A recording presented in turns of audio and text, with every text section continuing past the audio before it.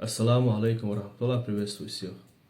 Я буду задавать вопросы, связанные с историей Кавказа. Один видеоролик, один вопрос. И в каждом видеоролике будет про разные народы нашего Кавказа, истории нашего Кавказа.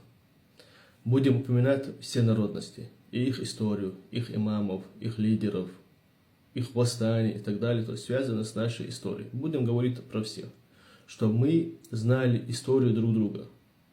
Кавказ – наш общий дом.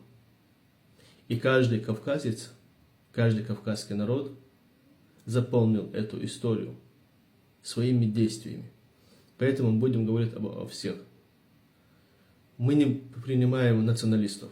Те, которые будут писать в комментариях, оскорблять, задевать честь друг друга, сразу блокируем. Первый вопрос будет связан с чеченцами.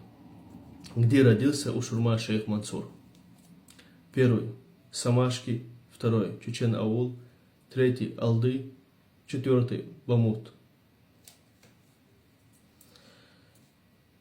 Народ, не знающий своего прошлого, не имеет будущего.